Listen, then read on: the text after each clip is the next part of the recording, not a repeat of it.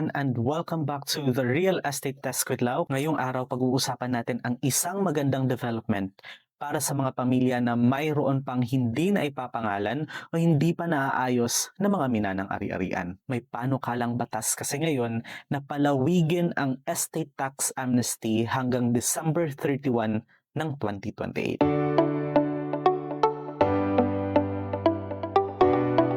Pero ang pinakamalaking tanong, ano nga ba ang ibig sabihin ng pag-extend ng estate tax amnesty at bakit ito mahalaga? Ano nga ba kasi ang estate tax amnesty? Lilinawin muna natin. Kapag namatay ang isang tao at may naiwan siyang mga ari-arian, may tinatawag tayong estate tax na kailangang bayaran bago legal na mailipat ang pagmamay-ari sa mga tagapagmana. Sa realidad kasi, napakaraming pamilya ang hindi agad nakakapag-settle ng kanilang mga estate. Ang ilan ay dahil sa kakulangan sa kaalaman, ang iba naman ay dahil sa kakulangan sa pera o kaya'y matagal nang hindi nagkakasundo ang mga magkakapatid.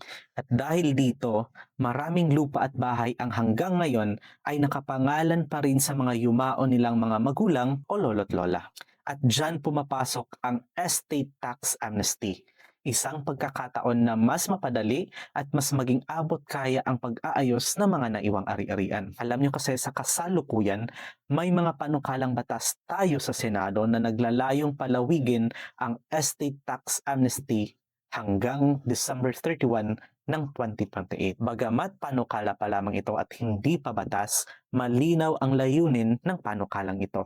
Una, ang bigyan ng mas mahabang panahon ang mga pamilya upang maisaayos ang kanilang mga estate. Pangalawa, ang hikayatin ang mas maraming tao na kusang sumunod sa batas ng Pilipinas pagdating sa real estate.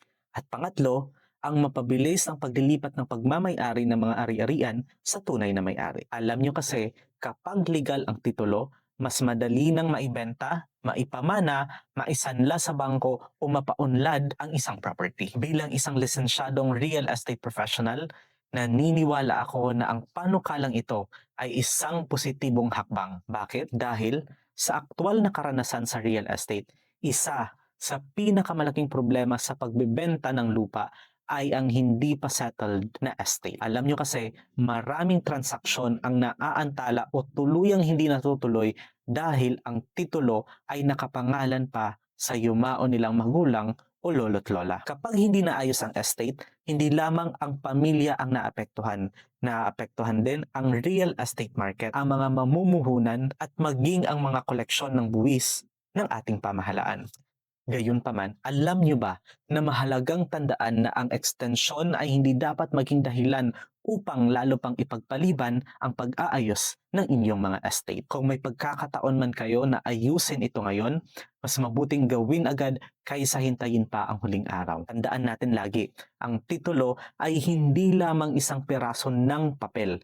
Ito ay seguridad ng inyong pamilya, proteksyon ng inyong ari-arian at pamana sa susunod na henerasyon. Kaya kung may naiwan man kayong ari-arian na hindi pa naipapangalan o hindi pa naaayos ang estate, magandang panahon ito upang simulan ang proseso. Kung nakatulong ang video na ito, huwag kalimutang i-like, i-share, at i-follow ang The Real Estate Desk with Lau. Dito pag-uusapan natin ang mga batas patungkol sa real estate at mga isyong makatutulong sa bawat property owner at real estate professional.